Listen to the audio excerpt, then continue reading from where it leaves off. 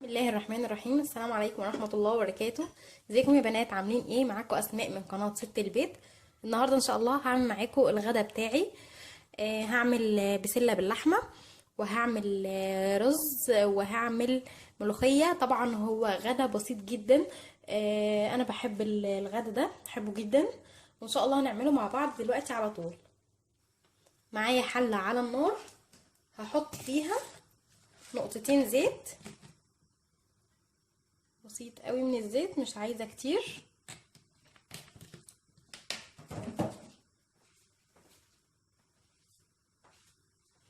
وهحط فيهم مكعبين زبدة كده. الزبدة بس ايه، انا عاوزاها تسيح وتسخن شوية، علشان انا هحط اللحمة الاول، فعايزاها تبقى سخنة علشان اللحمة تاخد صدمة فما تنزلش ميتها. الزبدة سخنت معايا اهي. دلوقتي بقى هبدأ احط اللحمة.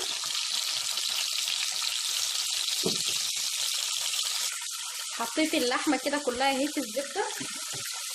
دلوقتي بقى ايه، هحط ملح بسيط،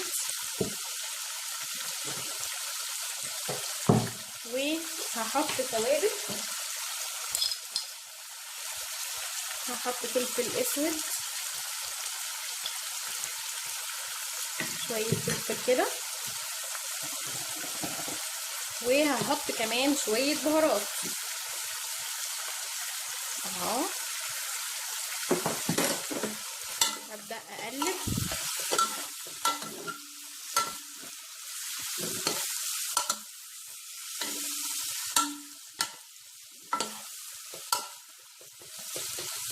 بس كده.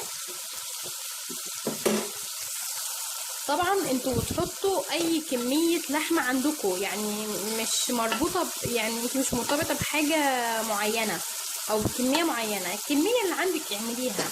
يعني انا كان عندي دول عملت بيهم، ولو كان عندي اقل من كده كنت هعمل بيهم برضو، ما عنديش اي مشكلة خالص. انا مقطعاهم حجم متوسط. احنا ايه عاوزين؟ يعني نتعامل في البيت بالكميات اللي عندنا والامكانيات اللي عندنا، ونعمل برضو حاجة كويسة وحلوة. بصوا، سبت اللحمة لما خدت لون كده بسيط قوي اهو، لون حلو يعني اهو.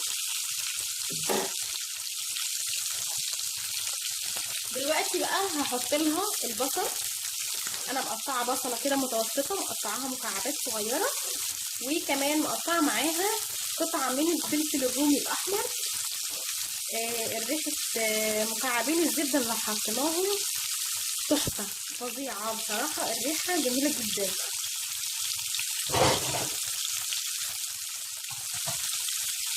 بس كده. هقلب بقى.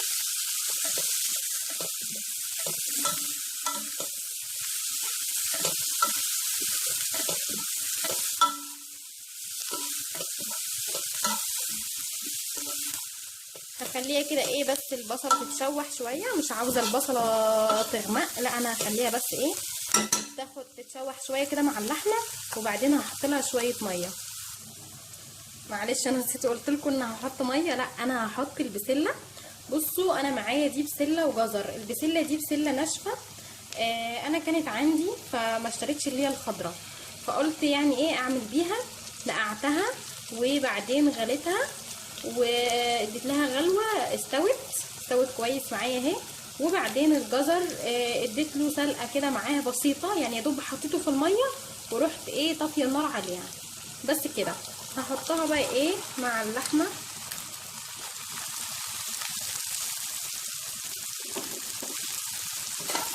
هديلهم بقى ايه تشويحه كده مع بعضيهم اهو.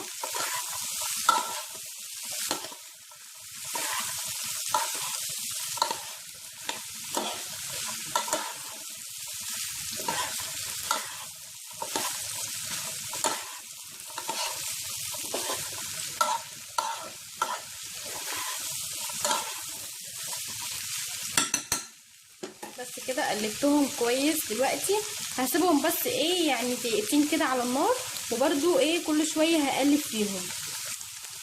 سبتها دقيقتين كده على النار اهي مع اللحمه علشان تاخد من طعم اللحمه المتشوحه دي.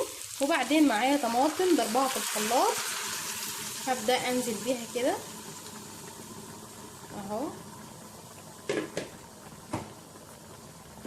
واقلب بقى.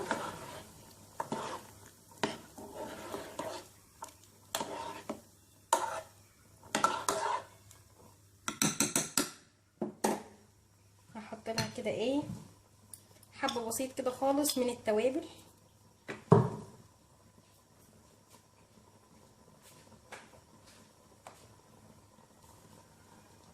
بس كده. عاوزه بس احط كمان شويه ملح، واسيب بقى كل ده على النار يستوي. اللحمه اتاكد ان هي استوت كويس قوي، هي كده اللحمه يعني تقريبا 3/4 سوا، والبسله مستويه. عاوزاها تستوي برده وتاخد من طعم الطماطم، وفي نفس الوقت برده الطماطم تتسبك كويس. وبعدين هنشوف هنعمل فيها ايه. غطيت البسله وهديت عليها النار. تعالوا بقى نشوف هنعمل الرز مع بعض. معايا حله على النار اهي، هحط فيها حته زبده فتره،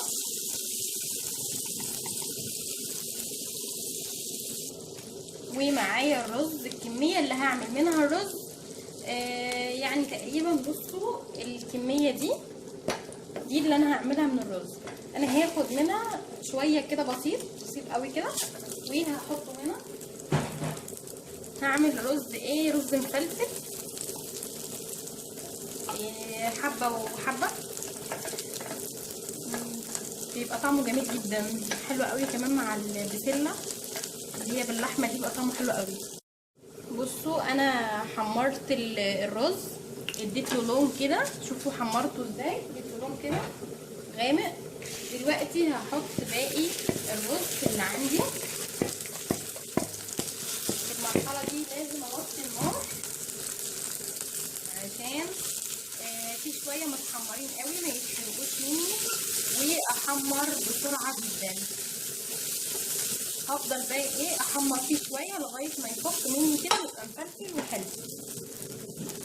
حمرته كويس قوي اهو، بصوا عامل ازاي، مفيهوش اي حاجه خالص، فك خالص. طبعا بحمر بسرعه الرز يعني تحمير، وبحمره كويس قوي لغايه ما تسمعوا له صوت كده ويبقى حلو اهو. شوفوا فاتح كله ازاي. دلوقتي بقى هجيب الميه، ميه سخنه جدا او شوربه اللي عندك حطيه. ما عندكيش شوربه اعملي بميه، بس ميه تكون مغليه مفيش اي مشكله. ماشي. ودلوقتي هحط له مكعب مرق، مش هحط ملح علشان مكعب المرق بيبقى فيه ملح كويس قوي، واهرسه كده كويس علشان ما يبقاش مكتل معايا في الرز. بس كده هديله غلوه واغطيه، وبعدين اهدي عليه النار. غطيت الرز اهو وهديت عليه النار وهو بيغلي بيستوي. تعالوا بقى نشوف البسله وصلت لفين. البسله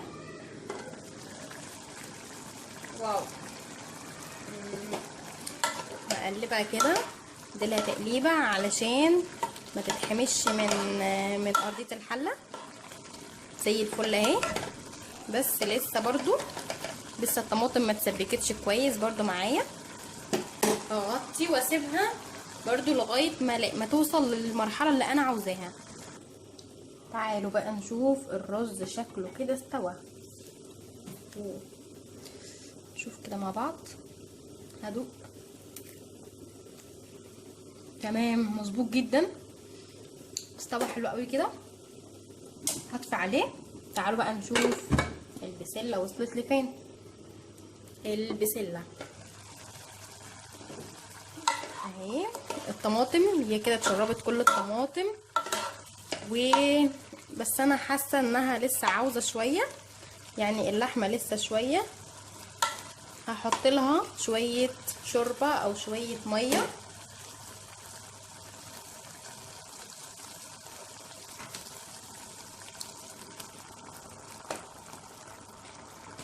اهو، واقلب وهدي النار واسيبها لغايه ما تستوي معايا بس كده. تعالوا بقى كمان نعمل الملوخيه لغايه ما البسله تستوي معايا. هنا شويه شوربه على النار بيغلوا. انا سبتهم على النار، ظبطت احيائهم لغايه ما غلوا زي ما انتم شايفين كده. هنزل بقى الملوخيه المجففه بتاعتي.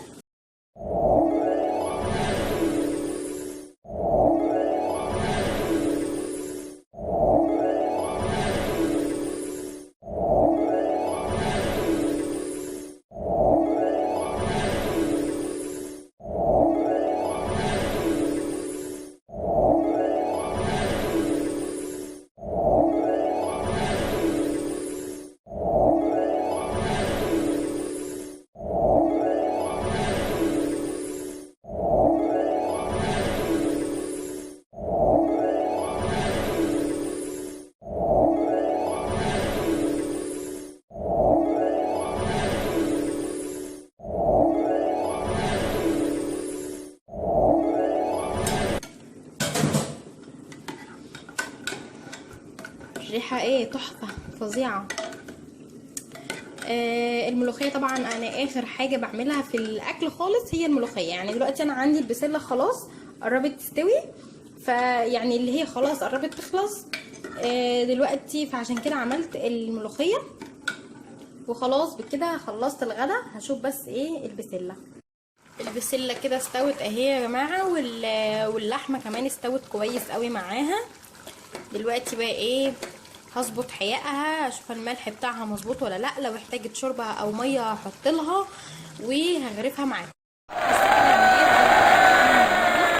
حاجه بسيطه وخفيفه وجميله جدا. بصراحه الاكل طعمه جميل جدا جدا يعني. الرز مفلفل جدا اهو، شوفوا عامل ازاي حبايه من حبايه وطعمه حلو جدا جدا.